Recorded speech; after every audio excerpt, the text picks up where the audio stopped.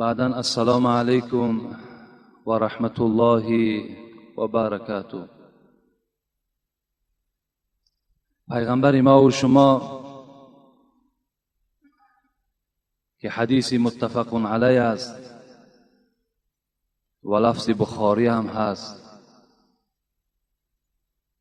که راوی این حدیث حضرت ابو هریره هست. میگوید نعمتان مغبون فیهما کثیر من الناس. رسول اکرم میگوید دو نعمتی هست که در بین بندگان خدا که بندگان خدا در این دو نعمت بسیار فریب میخورند. که رسول اکرم گفتند این نعمت ها کدام است؟ الامن و العافیه. این آرامی هست و سلامتی هست. در بعض حدیث فراغت هم آمده است، یعنی بیکاری هم آمدگی هست. از این خاطر یک جایه با شما دعا میکنیم که خدای مهربان در این دو نعمت ما و شما فریب نخوریم، بلکه به قدر این دو نعمت ما و شما برسیم که گفتیم یکی از آنها این تنصیحتی هست: اللهم عافنا فی بدننا، اللهم عافنا فی بصرنا، اللهم عافنا فی سمعنا. پروردگارا صحت و سلامت نگه بدار بدنهای ما را. خدایا از جمیع جراحت، از جمیع زخم و زنگال این بدنهای ما را نگه بدار. و خدای مهربان، بینایی هم چی نعمت بزرگی هست. تا دم آخر بینایی ما را از ما جدا مگردان. خدایا شنوایی ما را هم از ما جدا مگردان. اللهم انا نعوذ بك من البرص والجنون والجذام و من سیء الاسقام. خدای مهربان، دردهنده خودت هستی، شفا دهنده هم خودت هستی. بیماری هایی که داریم شفای کامل و شفای عاجل خدا نصیبشان بگردان. و خدایا به سوی تو از کسل پیسی، از کسل دیوانگی و از هر گونه زخمهای بد خدایا پناه طلب میکنیم. و خدایا آرامی هم که چی نعمت بزرگی هست که این سبب جمع شدن ما و شما این مسجدهای کشاده، این صدای الله اکبری که با این میکروفون ها داده می شود، همه این سببش آرامی هست. خدایا این آرامی ها را برقرار و بردوام در این جمهوری ما نگه بدار. خدایا هر دشمنی که میخواهد که ناآرامی در این وطن ما اندازد، خدایا در نقشه خودش را مبدل بگردان. و خدایا ملت اسلام را، دین اسلام را بالای همه ادیان خدایا پر قوت و پر عزت نگه بدار. و خدایا صف مسلمان ها را در روی دنیا زیاده بگردان و دین اسلام را پروردگار بالای همه دینهای منسوخ شده غالب و استوار نگه بدار. و خدایا رهبریت که بالای سر ما و شماست توفیقشان خدایا رفیق بگردانی، عمر دراز و تنی صحت خدا نصیبشان بگرداند. و این تاجیکستان ما را خدایا در بین همه دولت ها، چه از جهت فرهنگ و چه از جهت دینداری و چه از جهت اقتصاد خدایا شهرتمند بگردانی. ربنا آتنا فی الدنیا حسنه و فی الاخره حسنه و قنا عذاب النار برحمتک یا ارحم الراحمین. جمعه پیشین موعظه‌ای که داشتیم از سوال و جواب عبارت بود و البته چند جمعه‌ای که به سوال و جوابها به موضوعهای حقوق شوهرها و حقوق زنها ما و شما که آماده بودیم، سوالهای خیلی زیاد و ما فرستادن و ما یک قسمتی او را جواب گفتیم. الحمدلله امروز هم از همان سوالها باز یک قسمتش نزد من است، جواب میگویم و جمعه آینده خدا خواسته باشد در باب فضیلت نماز با شما صحبت میکنیم که البته میفهمیم که نماز در اسلام چه اهمیت دارد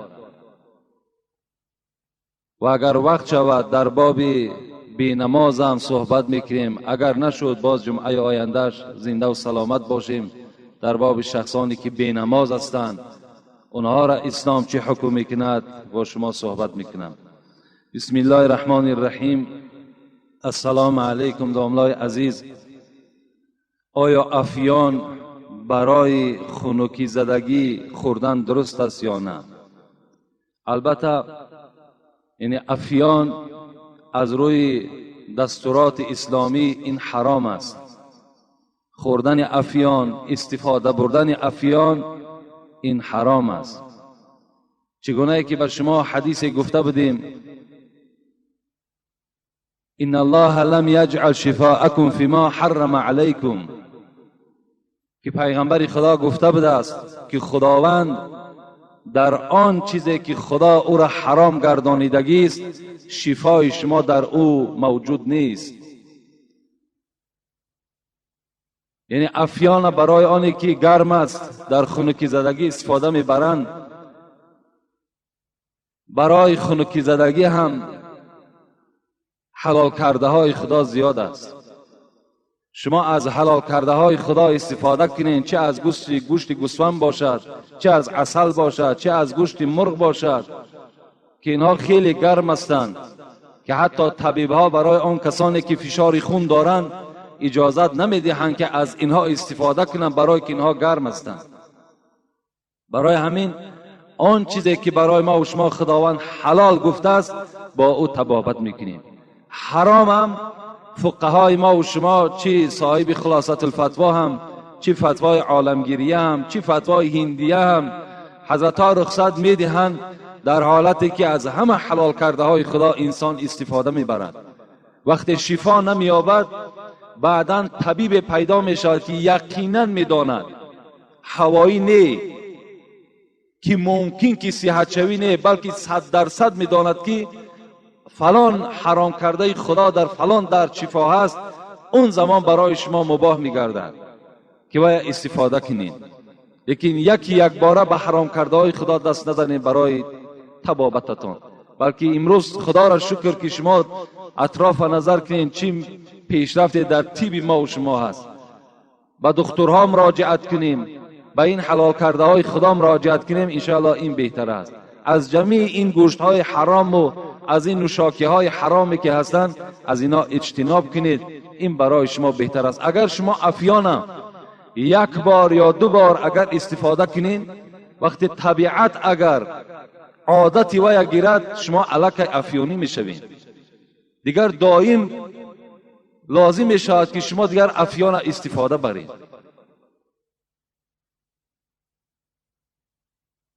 دوم، آیا عالم را دستش را بوسه کردن جایز است؟ در رد المختار که خیلی فتوای با نفوذ است از مذهب ابو حنیفه، ابن عابدین صاحب این رد المختار علی در المختار است. این حضرت من کتابش در این باب تماشا کردم، صفحه 383 این حضرت میگه از جهت تبرک دست عالم بوسه کردن جایز است.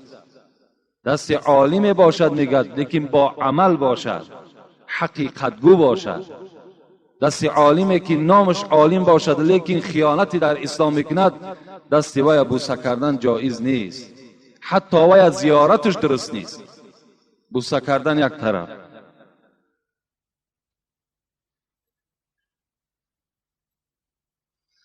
السلام علیکم و رحمت الله و برکاته. بعد سلام، خدا شما را نگه دارد. داملای عزیز، آیا داملا اگر نکاح را در غیر روز چهارشنبه کنی درست است یا نه؟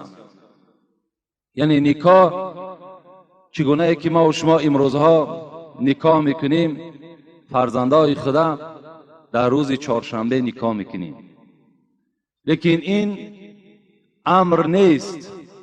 در اسلام از خداوند و پیغمبر چنین امر نه آمده است که شما فرزندان خدا یا خودتان در روز چهارشنبه نکاح کنین. این گونه امر در کتاب نه آمده است. اگر چند بعضی روایت ها هست که فاطمه را در روز چهارشنبه نکاح کردند و دیگر، لیکن اینها دلیل نمیشوند که در روز چهارشنبه باید که نکاح صورت گیرد. بلکه من چی گفتنی هستم؟ من به خدا قسم، از خدا چیزی پیش نیست، قسم به خدا این کفارت دارد.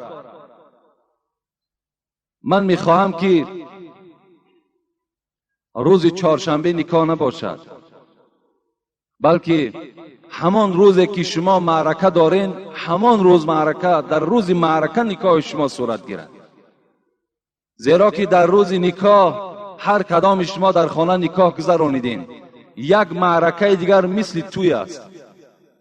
در یک خانه اگر 20 نفر 30 نفر جوانها جمع شوند، در یک خانه دیگر تا 30 دختر دیگر 40 دختر دیگر جمع می شود.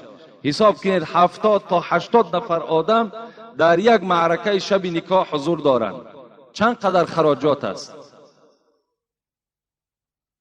باید که ما و شما امروز مبارزه با ضد همین اسراف هایی که معنی ندارن و اسلام به این رخصت نداده است، باید که مبارزه بریم. من میدانم که پدرها میخواهم، برادرها میخواهند، لیکن شاید که مادرها و دخترها نخواهند، یا شاید عکس این باشد. باید یک جایه شوند و باید مبارزه با این خراجات های بی‌معنی کنند. خداوند در قرآن میگوید و آت ذی القربى حقه والمسکین وابن السبیل ولا تبذر تبذیرا ان المبذرین كانوا اخوان الشیاطین و کان الشیطان لربه کفورا.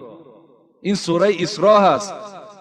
خداوند در این آیت میگوید که شما ای بندگان خدا اسراف نکنید، زیرا که خداوند اسراف دوست نمی‌دارد و کسی که اسرافکار است و برادر شیطان است و شیطان در نزد خدا کافر است.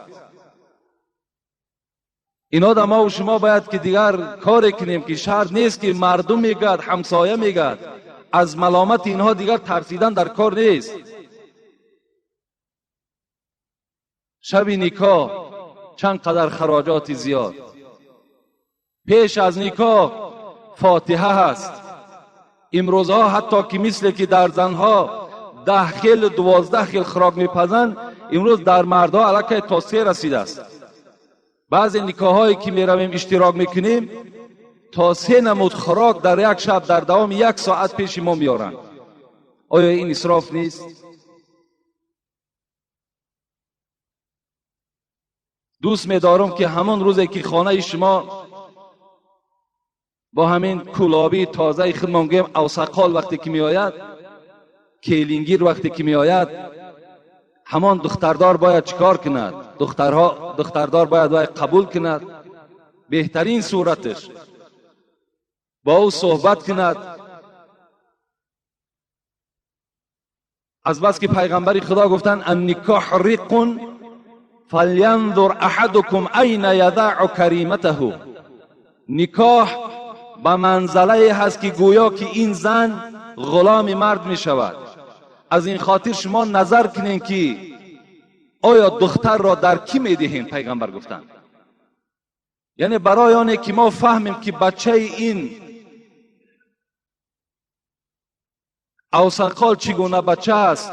آیا بچه نمازخوان است؟ آیا بچه بی ترتیب است؟ آیا بچه با ترتیب است؟ برای این باید یک مهلت دهیم. 1 هفته مهلت می دهیم برای فکر. یک هفته مهلت برای فکر. امروز الحمدلله که ترقیات در تلفن شده است. شرط نیست که وای باز بار دیگر دعوت کنه، وای باز خرید کنه، باز خانه ما و شما بیاید. برادر مؤمن برادر مؤمن گفتند. معناش این است که یعنی برادر در روزهایی که سختی دارد وزنینی دارد باید ما دستگیری کنیم، نباید تله و تاراج کنیم. با واسطه تلفن میگیم، وقتی پرسیدیم احوال همه را فهمیدیم، معقول است میگیم معقول شد، معقول نشد میگیم فرزند شما معقول نشد. دیگه باید سرگردان کردن لازم نیست. وقتی اگر قبول کردیم همون قده باید چیکار کند؟ با همراهی همون زنش یا اگر فرزندش یک بیگار اختیار میکنن میآیند در خانه، ما و شما چیکار میکنیم؟ یک روی خط برای همون معرکه و برای همون مهر زن جدا میکنیم. نه مهر مشکل، نه مهر وزنین. حتی یک جوان میگوید که وقتی ما خانه یک دختر را بسیار مادرم دوست میداشت اختیار کردیم تا که از اون خانه اون دختر را کلین گیریم. وقتی خانه دختردار رفتیم گفت که همون $200 توی همون حافظ ها میشید است، همون پول حافظ ها را بتیم. این خیال در گردن اونها بار کردن در کار نیست.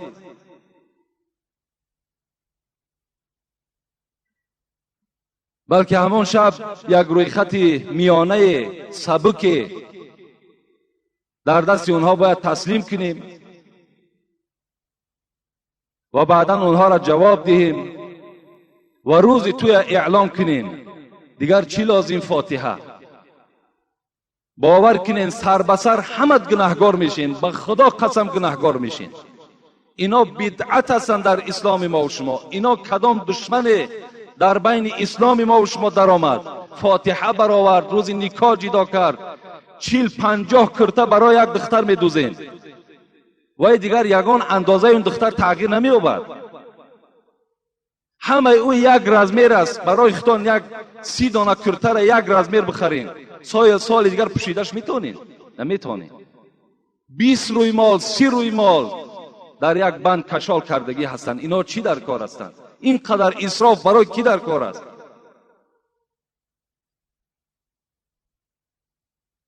همونا را نمیشود که با همون لباس همون را پاره نکرده دادنی هستید. اولش اینقدر مشکل نیارین، وقتی اگر دادینم شرط است همه اون را کرته کنند.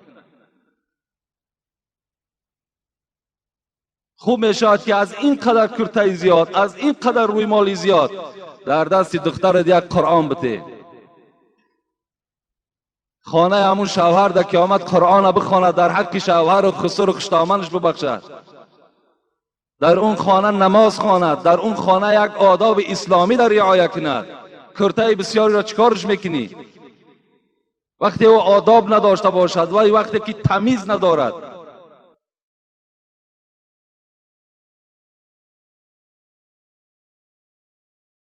از این خاطر روز چهارشنبه شرط کرده نشده است. همان روز معرکه می توانید شما جدا کنید یک وقت معینی را تا که در همان روز نکاح را انجام دهیم. با همون یک دیگی که برای مردم طعام پختین می توانید که هم نکاح را در همونجا گذرانید و هم معرکه همون تویتان گذرانید. در نکاح ها من الحال نکاح ها نمیرم. بسیاری بچه ها شاید بدانند، میان بر من خبر میدن نکاح، من میگم نمیرم نکاح. برای چی؟ باور کنیم با همین نزدیکی در یک نکاح رفتم اشتراک کردم، این نزدیکم قدر نگذشته است. من دائم نکاح روپرو است، یعنی شوهر در پیش عروس برده میگذارم و در بین موعظه میکنم، حق شوهر و حق زن خبر میتم و بعد اون نکاح میکنم.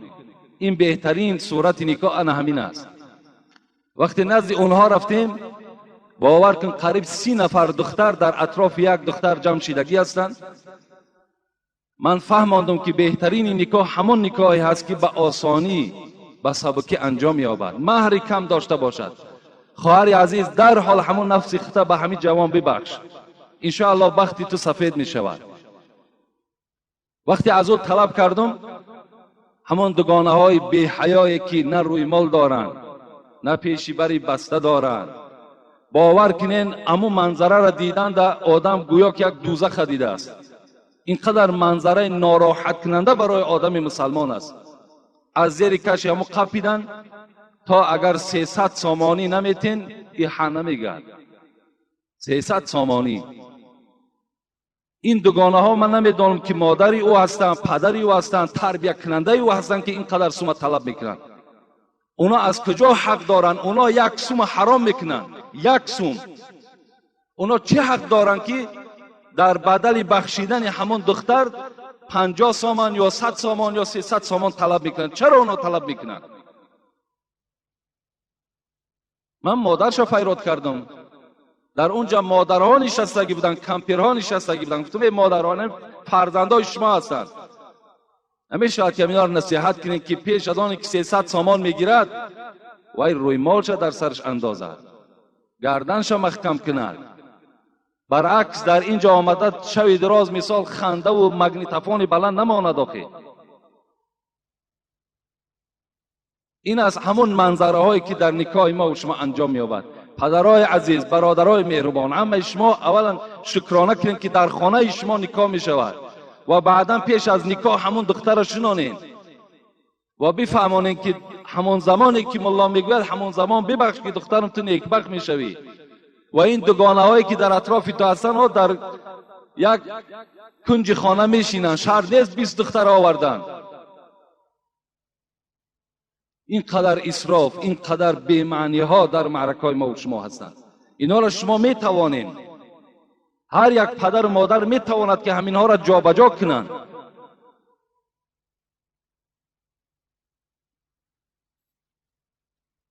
السلام علیکم داملای عزیز.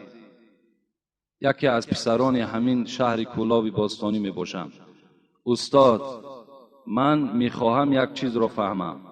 حافظی کردن شخص در نزد خداوند گناه است؟ یعنی کسب حافظی؟ از امین جان مقیموف.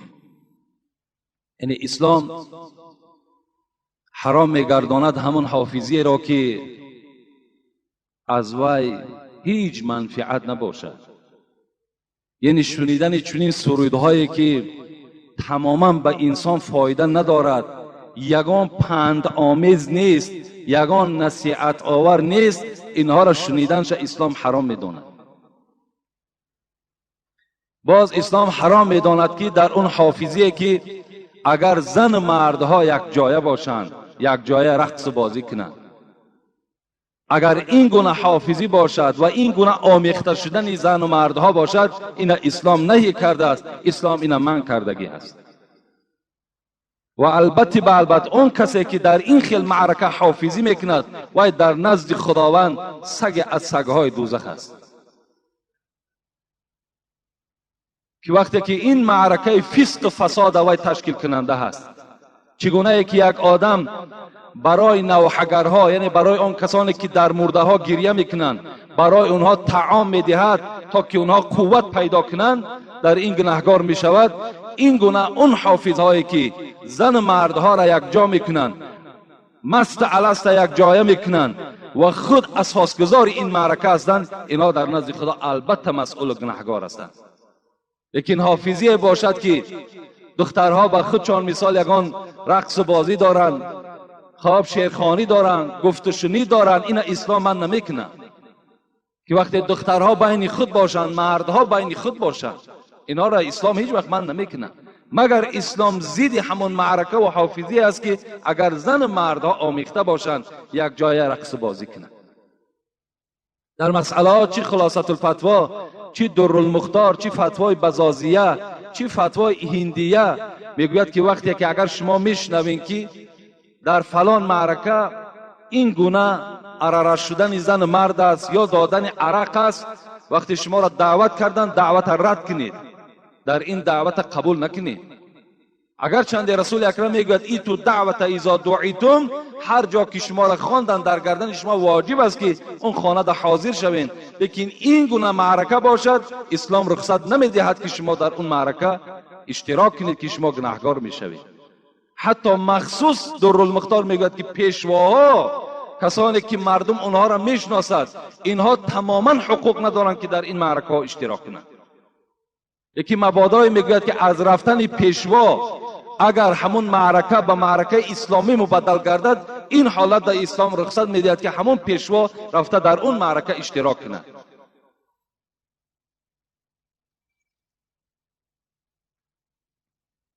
السلام علیکم داملای عزیز و مهربان. خدا شما را علمتان را زیاده گرداند که از پند و نصیحت های شما خیلی بهبودی در حیات من و رفیقانم و زن و خواهرانمان پیدا شده است. ما در غایبی در حق شما دعای خیر میکنیم. کلا با شما آباد است. آیا خون کافر را بر بدن مسلمانی بیمار ریختن جایز است یا نه؟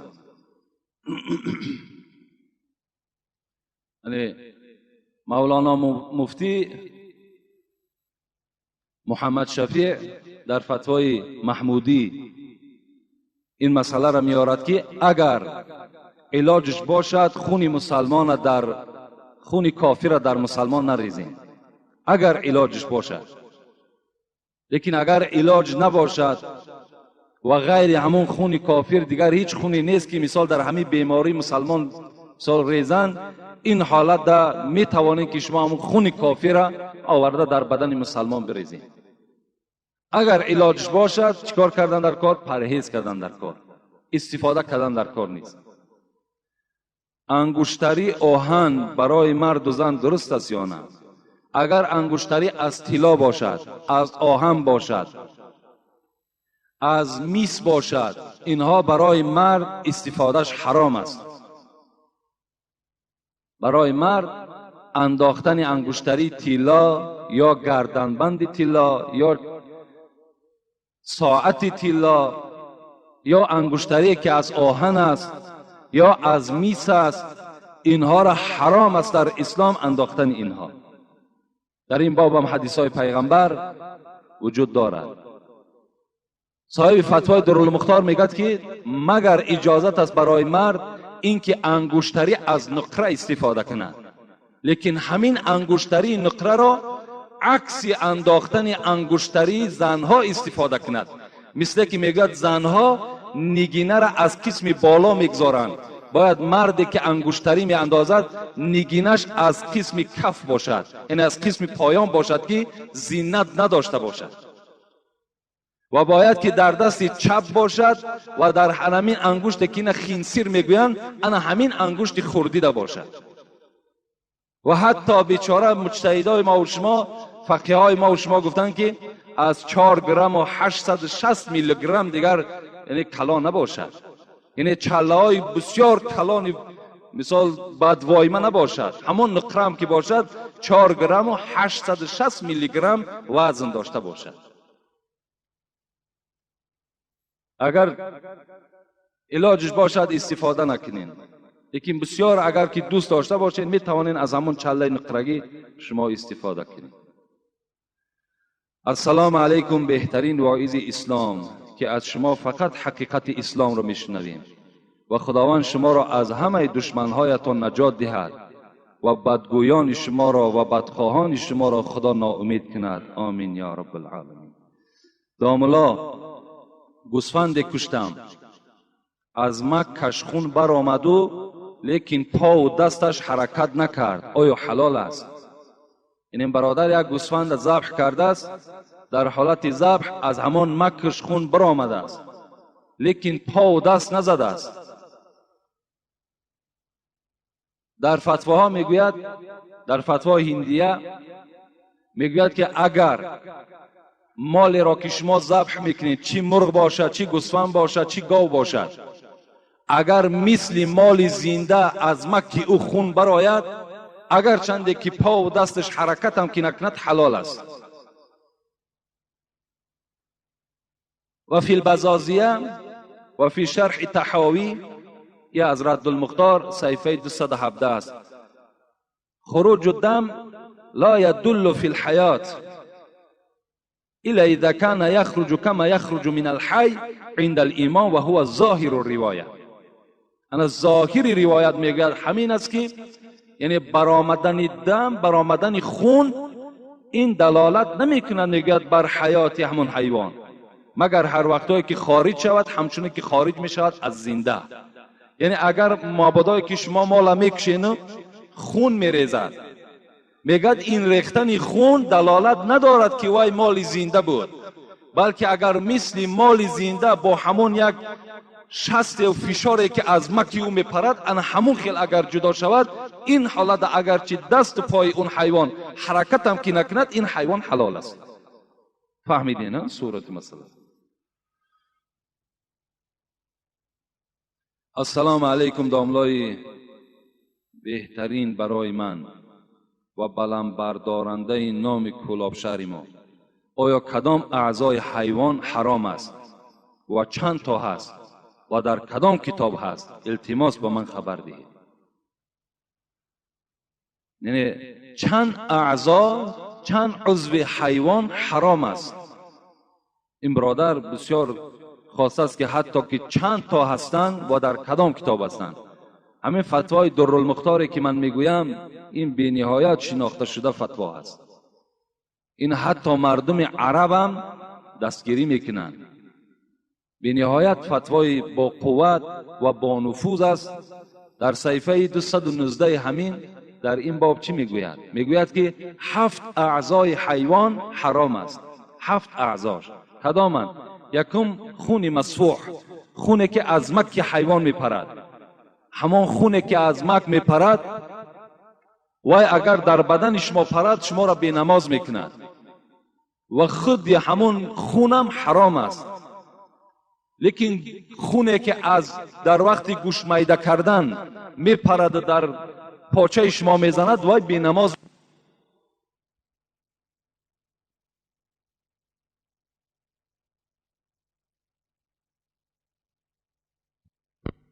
چیزی که حرام است از حیوان خون مک.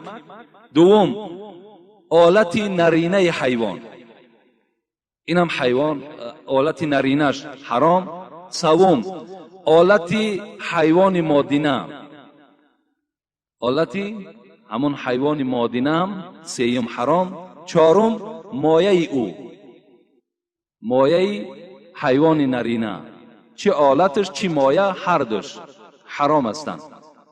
4 تا. پنجم مسانه، یعنی مسانه همون ششدان میگیم و ششدان میگن، یعنی همون جای خچک، جایی که پیشاب همون حیوان جمع میشود. این پنجم چیزی که حرام است. ششم تلخه، تلخه در وجود حیوان بدن. هفتم غدک، غدک هایی که در داخل همون حیوان وجود دارد، انا همین ها حرام هستند. انا 7 اعضایی که در حیوان حرام است، انا همین ها است، دیگرش حلال است.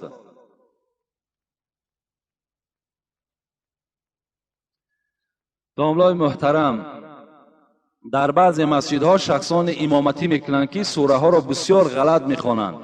در پس آنها نماز خواندن جایز است یا نه؟ برای کسی که اگر غلطی امام میتونه گرفته و قرائت او نظر به قرائت امام بهتر است، نماز اون کس درست نمی شود.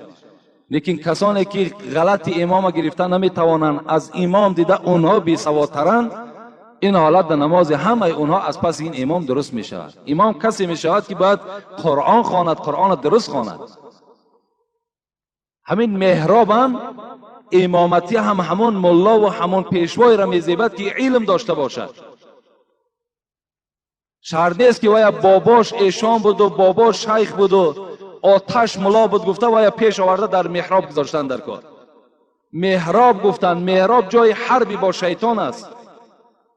اینجا ارزنده کسی هست که باید که حقیقت اسلام میگد و کسی هست که در اسلام خدمتگار است و کسی هست که علم دارد. صاحب مختصر میگوید و الاولا بالامامتی اعلم بسنتی ثم الاقرب ثم الاسن. صاحب مختصر خدا رحمت کند میگوید که کی امام شده میتواند، کی نماز مردم خوانده میتواند؟ کسی که عالم باشد، فرض، واجب، سنت، مکروه، مستحب و مباح و دیگر مسئله را در داخل نماز جدا کرده بتواند. بعد از آن قرائت داشته باشد، قرائت از مثل تجوید باشد، قرائت از روی دفتر و از روی مثال یگان از پیش خود اذیت کردگی نباشد، از پیش یک عالم گذراندگی باشد. بعد از آن باز پرهیزکار باشد. اینها می توانند که امامتی کنند.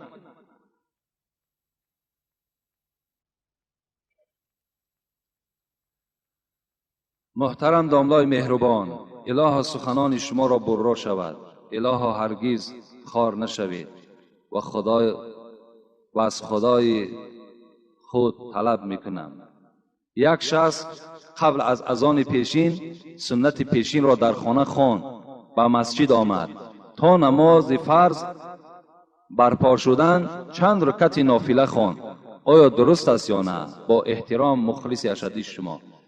یعنی برای خواندن سنت اولا اذان شرط نیست. الاذان سنت للفرائض فقط فی وقتها. اذان چگونه ای که در باب اذان کتاب مختصر میگوید فقط برای نماز فرض است بس. فقط برای نماز فرض اذان داده می شود. اگر شما مبادایی که سنت بامداد در خانه وقتی که صبح میدمد میخوانید، اگرچه مؤذن اذان هم که نگفته باشد نماز شما درست می شود. اذان برای نمازهای سنت نیست.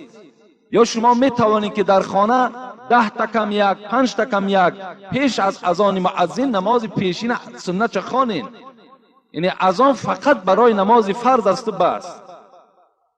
برای همین کسی که در خانه میخواند باز آمده به مسجد میخواهد که یگان تحیه مسجد خواند یا نافله خواند یا قضایی خواند، جایز است برای او. تا نماز یعنی تا برپا شدن فرض میتواند که این نمازها را و ذکرها را انجام دهد، یگان خلل و زلل پیدا نمی شود.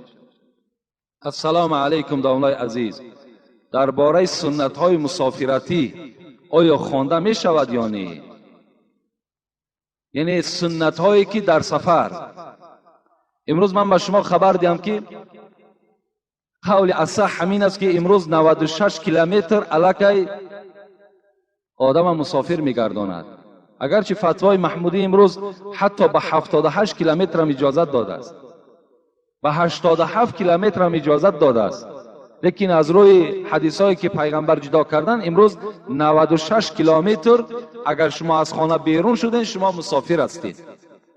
شما نمازهاتون همون فرضها را 4 رکعته ها را 2 رکعت خواندن میگیرین، نمیگین قصر، بلکه هم میگین نیت کردم 2 رکعت نماز پیشین یا 2 رکعت نماز عصر. شرط نیست که 2 رکعت فرض قصر پیشین. این قصر در داخل این نیت جا کردن لازم نیست. خب و سنت های مسافرتی چگونه است؟ سنت های مسافرتی را اگر چند عزیزان ما و شما فقهای ما و شما گفتند، اگر گفته است یعنی شرایطش خوب باشد، هیچ ضرورت نداشته باشد، هیچ مشکلات بالاش نباشد، بهتر است که سنت ها را خواند. لیکن اگر مبادایی که در راه سراسیمه هستند یا مثال مردم زیاد او را انتظار هستند، این حالت ها سنت ها را ترک کنند و فرض هاش خوانند و بس. این فتوای درالمختار صحیفه 585 در این موضوع هم گپ زدگی هست. میتونن به همین فتوا مراجعت کنن. یعنی حالتی ضرورت باشد، حالتی باران است، حالتی خنکی است، حالتی است که شما در اتوبوس نشستگی هستین، خب این حالت های در سمالیات سوار هستین، در پاییز سوار هستین، این حالت ها میتونین شما همون فرض هاش انجام دین. 3 رکعت فرض شام مثل خودش میستد، 3 رکعت وتر واجب مثل خودش میستد، فقط سنت هاش در این حالت شما ترک میکنین. لیکن اگر حالت های خوب باشد، خانه داشته باشین، این حالت ها در سنت ها را خوانیم، بهتر است، عبادت است. السلام علیکم و رحمت الله و برکاته. التماس به این سوال من جواب دهید. 2 جوان پسر و دختر می تواند که به رازیگی پدر مادر نکاح کنند. امروز در همین شرایط ما نمی توانند. امروز بهتر و خوبتر همین است که کدام پسر و کدام دختری که به شوهر می براید یا زن می گیرد باید که رخصت پدر مادر باشد. این رخصت پدر مادر وقتی که ریزاگی خداوند ریزاگی پدر مادر باشد، پس آیا برای دختر برای فرزند ریزاگی پدر مادر لازم نیست؟ آیا وای بیچاره 17 سال 18 سال این فرزند تربیت میکند با امید که مثال فرزندی خودش نکاح کند، فرزندی خودش مثال خاندار کند، از اونها مثال خدمت چه از فرزندای او چه از فرزندش بیند، این چی است که مثال پدر و مادر درک ندارد و نکاح میکند زندگی میکند. از این خاطر بهترین صورتش این است که با رضاگی پدر و مادر باشد، بی رضاگی پدر و مادر نکاح نکنید، زیرا که اون بخت هم نمی شود و حیات هم نمی شود. اگر چند فقیه های ما و شما میگویند که بریزاگی پدر و مادر جایز است کردن، لیکن اگر پدر وقتی که آمد داماد دید که معقول نشد، حق دارد که نکاح اونها را بیکار کند.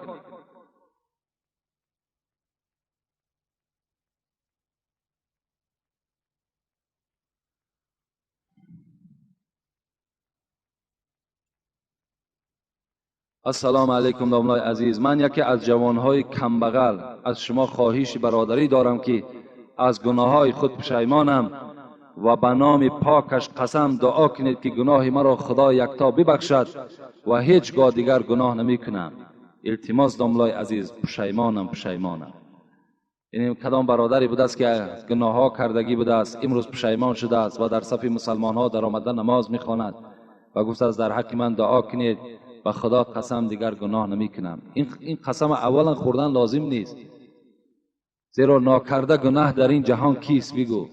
البته بی گناه نمی شود، آدم گناه میکند و چنان خدای داریم که البته بعضی گناهایی که از ما و شما سهوا می شود، نافهمیده می شود، آنها را خدای ما و شما می بخشد.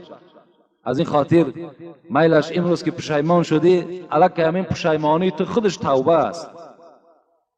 بسیار نیک کردی، بسیار خوب آمدی. دعا کنیم که خدای مهربان گناههای این بنده تا خدای مهربان مغفرت بگردان و خدایا مسلمان حقیقیش بگردان و در اسلام خدمت کردن خدا بر این بنده خود موفق بگردان. آمین یا رب العالمین. بسیاری آدمالی توبه کنی و پشیمانی را نزد حضرت امیر جان در میروان میکنند، حالا که توبه را نزد خدا کنین، فقط از خدا توبه کنین، پیش حضرت امیر جان رفته توبه نکنین، این در گناهگار میشوین. شما علاقه این معنای را دارد که از خدا ده هم حضرت امیر جان شما بزرگ میشمارین، نزد خداوند توبه کنین.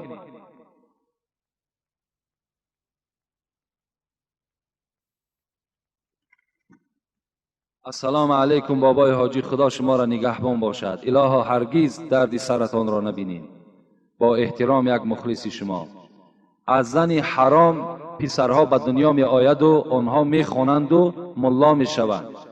آنها خودشان نمی دانند، لکن پیش در آمدن نماز جمعه را خواندن آیا اسلام برای اینها رخصت می دهد؟ البته رخصت می دهد. ما گفتیم که این فرزندی که از زنا تولد می شود و هیچ گناه ندارد، این خداوند در روز قیامت معاقبش نمی کند، عذابش نمی کند که تو از حرام تولد شدی، بلکه حرامی و بدبخت همون پدر و همون زن و همون مردی که این فرزند به دنیا آوردن، اونها بدبخت هستند، اونها در نزد خدا گناهگار هستند. این فرزند هیچ گناهی ندارد. این فرزند حقوق دارد که چی نماز جمعه باشد، چی نماز عید باشد، البته پیشوا شود، باکی ندارد اگر علم داشته باشد. مرد مرد در وقت ترکش برای خیر خدایش حق جدا کردن را شریعت اجازت می دهد. آیا برادر را یا پسرش را باید خیر احسان کند؟ یعنی هیچ وقت از مال انسانی که از دنیا میگذرد برای خیر احسان او مال جدا کرده نمی شود، بلکه آن مالی که از همان پدر و مادر ما و شما میماند، اون فقط باید که وارثای او میراث میبرند. اگر پدر از دنیا گذرد، زن او، فرزندهای او مال او را میراث میبرند، دیگر یک قسمت مال او را برای خیر خداییش گفته جدا نمیکنند. این گونه در شریعت حکم آمدگی نیست. یکی اگر فرزندهای او از پیش خود برای همون خرسندی ارواح پدرشون اگر خیر احسان کنند، این در اسلام اجازت میدهد، اگر شرایط داشته باشند، اگر دستشان برسد. لیکن مخصوص از مال پدر، مثال اگر $500 از پدرش مانده باشد، $200 را جدا کنند که این برای پنجشنبگی ها و این برای چهلم و هفتمش و این $300 دیگرش برای زن و کودکاش تقسیم کنند، این نادرست است. همون $500 که مانده است همه را بین وارثاش تقسیم میکنند. خیر احسان چیزی که همون خودش به دستش کرده است، جزای همون در روز قیامت میبیند.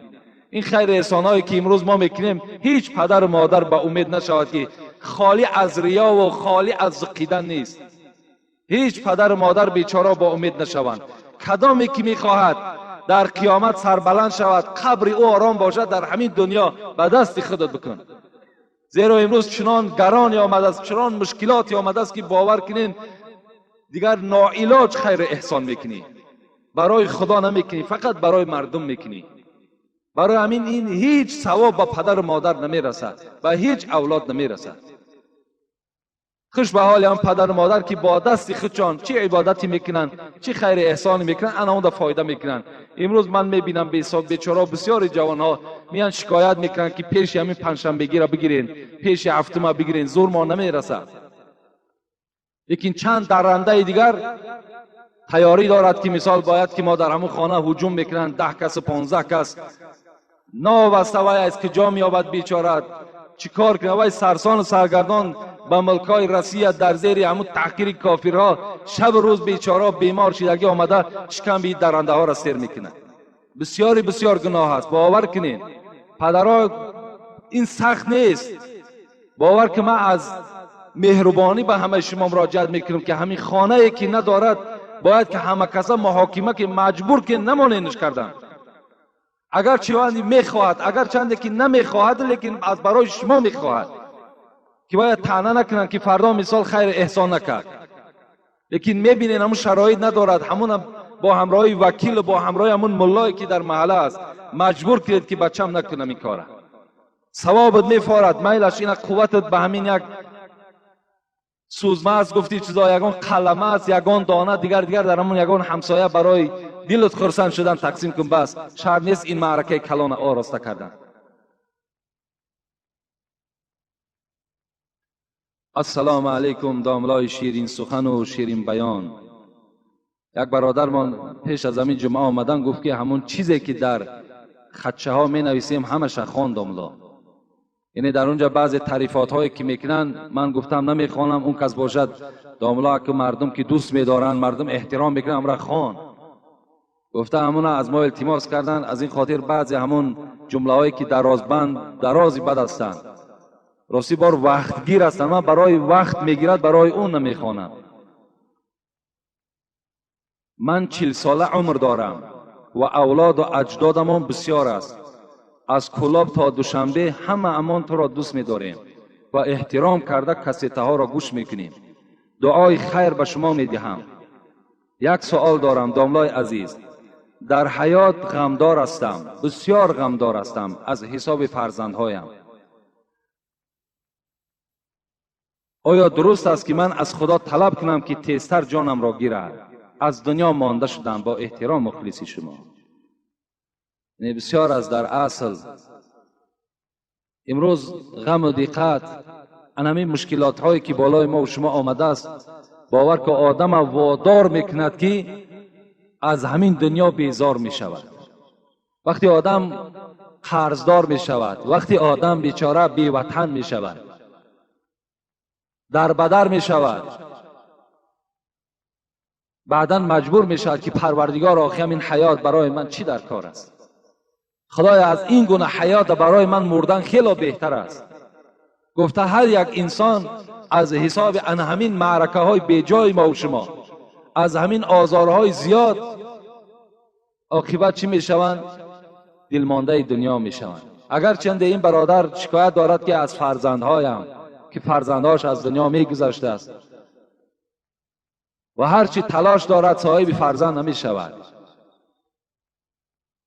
فرزندای بوایش هم از دنیا گذشتند، بسیار غمدار بوده است. لیکن من چی میگویم؟ تمنای مرگ پیغمبر خدا میگوید که راوی این حدیث هم ابو هریره است و لفظ بخاری هم است، حدیث متفق علیه هم است که رسول اکرم میگوید لا یتمنى احدکم الموت. هیچ بنده خدا حقوق ندارد در دنیا که آرزو کند که خدایا جان مرا بگیر. تمنا و آرزوی مرگ هیچ کدام ما و شما نداریم. خداوند این حقوق به ما و شما نداده است که شما از آن جهت که غمدار هستین، بیمار هستین، در بدر هستین، بازم این از خدا باز طلب کن که خدایا جان مرا بگیر. این در شما حقوق ندارین. زیرا پیغمبر خدا در دوام این حدیث چی میگوید؟ اما محسنا فلعله یزداد. اما مسیئا فلعله یستعتب. اگر نیکوکار باشید شاید که نیکی های شما باز به مردم برسد.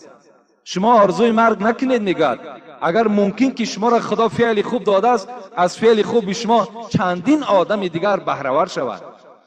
شما نیکوکار باشین، از نیکی های شما چند آدم دیگر باز استفاده برد. اما مسیئا، اگر شما بدکار باشین شاید این که به سوی خدا توبه کنید. یعنی هیچ وقت مرگ شما طلب نکنید.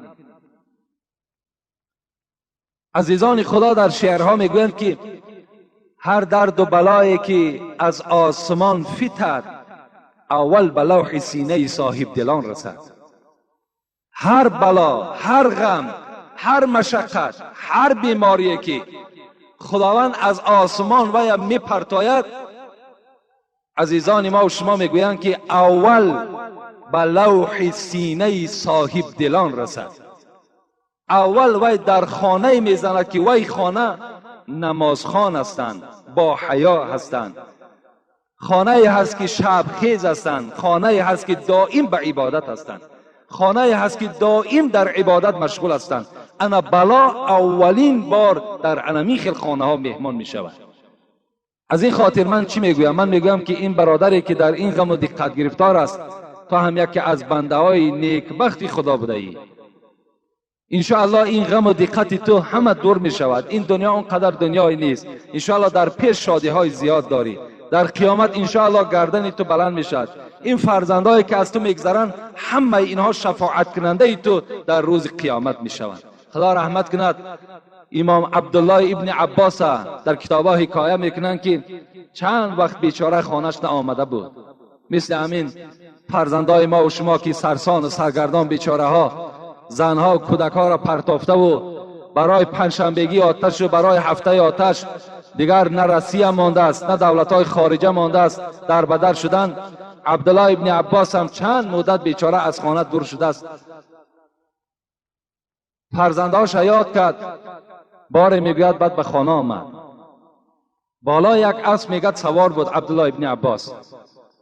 از یک جویبار میگد اسبش گذشت کرد. از اون جانب یک مرد از همون همسایه‌داری هاشان پیش راه عبدالله را گرفت. گفت عبدالله گفت با تو گفت یک خبری ناخوش میدهم. حضرت عبدالله غمگین شدند، گفتند من چند مدت نبودم، این چی خبر باشد؟ گفت همان فرزند دوستداری که تو داشتی از دنیا گذشت. عبدالله که چند مدت فرزند ندیده بود. فرزند این میوه دل است. فرزند بی نهایت شیرین است. حضرت در حال از پایان شدن میگد و جای نماز پرتافتند، 2 رکعت نماز خواندند. این مرد بازگشته گفت عبدالله گفت من به تو خبر مرگ فرزند میدهم و در کار تو حیرت ماندم، تو باشی نماز میخوانی.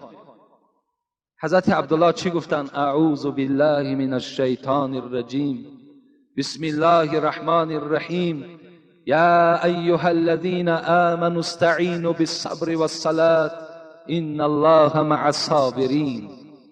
گوی بنده خدا گفت در اصل گفت این خبری تو گفت جگری مرا ریش کرد، این خبری تو مرا بسیار گفت ناراحت کرد، لیکن تو بیخبر هستی که خدا در قرآن گفته است ای کسانی که ایمان بر خدا دارید، هر وقتایی که طلب کمک میکنید، طلب یاردم از خدا میکنید، با نماز و با صبر کنید، نماز خوانید، صبر کنید، این حالت از خدای خود کمک طلب کنید.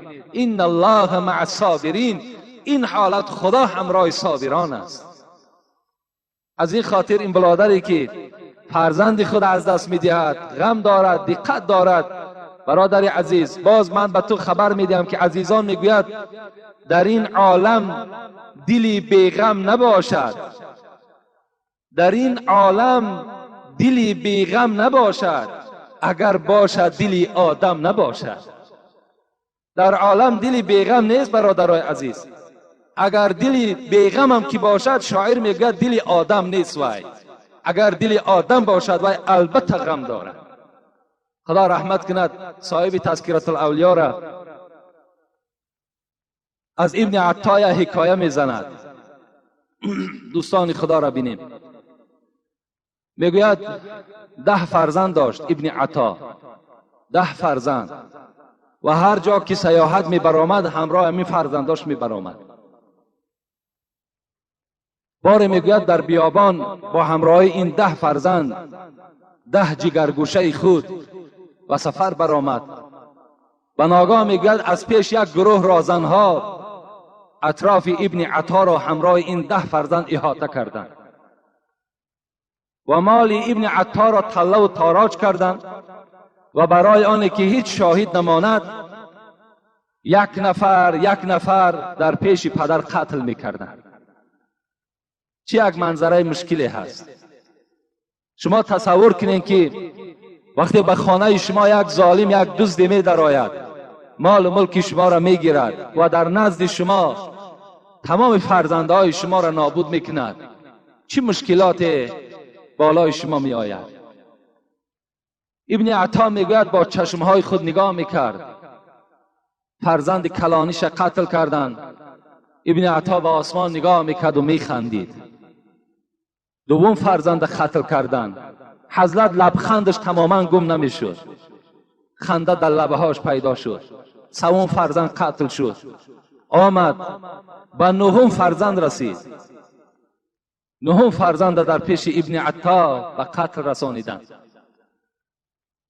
و این فرزند که خردترین فرزند بود و دوست داشته ترین فرزند ابن عطا بود، گشت گفت ای پدر، گفت بی رحم پدر بوده ای. 9 فرزند تو را در پیش تو قتل کردند. تو را باشد در لبهای تو خنده است، خنده تو اصلا از چهره تو کنده نمی شود. تو به سوی آسمان نگاه میکنی و میخندی. آیا خرسند شدی؟ ابن عطا چی گفتند؟ برابر شنیدن این فرزند آخر ابن عطا را میگه گریه فرا گرفت. حضرت میگه گریه کردند و گفتند که قسم به خدا، گفتند ای فرزند، ای جگرگوشه، گفتند در هر یک قتل شما گفتند چنان بی‌ضابطه می شدم، چنان ناراحت می شدم، لیکن چیکار کنم که آن ذاتی که تقدیر به این احوال کشیده باشد، چیکار کنم که این روز را که خدا بر بالای شما خواسته باشد با اون ذات جنجال کرده می شود. قسم به خدا گفتند 70 بار ای فرزند عزیز، گفت من به سوی خدا دعا کردم که خدایا فرزند مرا اقلا یک تش را نجات بده. از نزد خدا الهام می آمد که ابن عطا اگر لبخندی تو از لب تو گم می شود و اگر تو ناآرام و داد و فریاد زنی، قسم به جلال و عظمتم که از دیوان عزیزانم خط میزنم نامتر. دوستان خدا در اینها صبر کردند. ما بلا را به کس عطا نکنیم، ما بلا را به کس عطا نکنیم تا که نامش ز اولیا نکنیم. این بلا گوهری خزینه ماست، ما به هر کس گوهر عطا نکنیم. خدا میگوید ای بندگان خدا، شما در غم، شما در دادن فرزند، در بیماری شما داد نزنین، فریاد نزنین، زیرا هر بیماری و هر مشقتی که می آید همه این به اذن من می آید، به اجازت من می آید. من تو را دوست می دارم ای بنده خدا، من تو را دوست می دارم. این بلاها را بالای تو می آرم تا که تو صبر کنی، تا که در این صبر من برای تو مکافات نصیب کنم، من برای تو اجری بیگران نصیب بگردانم. این است مقصد خداوند ما و شما. از این خاطر برادر عزیز هیچ وقت راه افتاده نشو. همه اینها را همچنان بدان که پروردگار تو را نظارت دارد و تو را امتحان میکند. اگر سوره بقره را تماشا کنیم، خدا در قرآن چی میگوید؟ ولا نبلونکم بشیء من الخوف، من الخوف، ولا نبلونکم بشیء من الخوف والجوع ونقص من الاموال والانفس والثمرات. مقصد ما همین و ثمرات است. خدا میگوید ای بندگان خدا، من شما را با 5 چیز امتحان میکنم. با چی؟ یکم که امام شافعی را من تفسیرش تماشا کردم، در همین آیت بسیار پسندم آمد، بسیار خوب تفسیر کردن. خدا میگوید من به خوف شما را، المراد من الخوف، امام شافعی میگوید الخوف من الله است. همین مراده که خدا میگوید من به خوف شما را امتحان میکنم، انمون خوف خداست.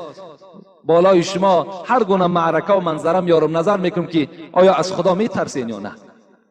خب من الخوف والجوع، بالای شما رمضان میارم، ماهی رمضان میارم، آیا روزه را میگیرین یا نه. و نقص من الاموال، بالای شما را زکات فرض کردم، آیا زکات میدین یا نه. و الانفس، بیماری بالای شما میارم، آیا در بیماری صبر میکنین یا نه. و ثمرات، امام شافعی میگه ثمرات، اگرچند که عرب ها ثمرات میوه را میگن، امام شافعی میگه که انا همین ثمرات خدا انا اینجا فرزند در نظر دارد، که من از شما قبض روح فرزند میکنم، آیا در فرزند گرفتن شما صبر میکنین یا نه.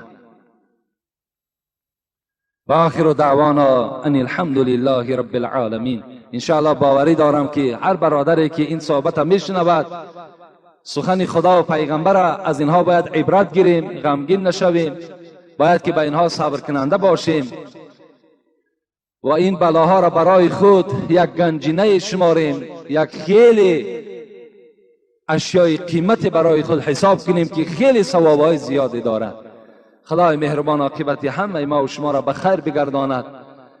بهترین عمل که موصوف است نهی منکر و امر معروف است. بهترین عملی که خداوند در او اجر داده است، در او ثواب داده است، این شنیدن امر معروف و نهی منکر است. خدای مهربان این ثواب امر معروف و نهی منکر را در نامه اعمال این گوش کننده ها کتابت بفرمایی. خدای مهربان این مردم ما را حقیقتا مسلمان کامل بگردانی و خدمتگار در راه اسلام بگردانیشان. و خدای تا دم آخر بهترین نعمت که ایمان است، اسلام است، ما را از ایمان و اسلام دور نگردانی. ربنا فاغفر لنا ذنوبنا و کفر عنا سیئاتنا و توفنا مع الابرار برحمتک یا ارحم الراحمین. اینجا بابای حاجی داستی از همین دامنکوه که نام خودش سید حامد گذاشته است، خوش به حالش، همین داستی و تاور تیشه و سنگ قلوق همینا را گم کن در کار دیگر. نامهای اسلامی مانیم برادرای عزیز، نامهای مانیم که در همین نامها یعنی یک معنی داشته باشند. الحمدلله ما مسلمان هستیم.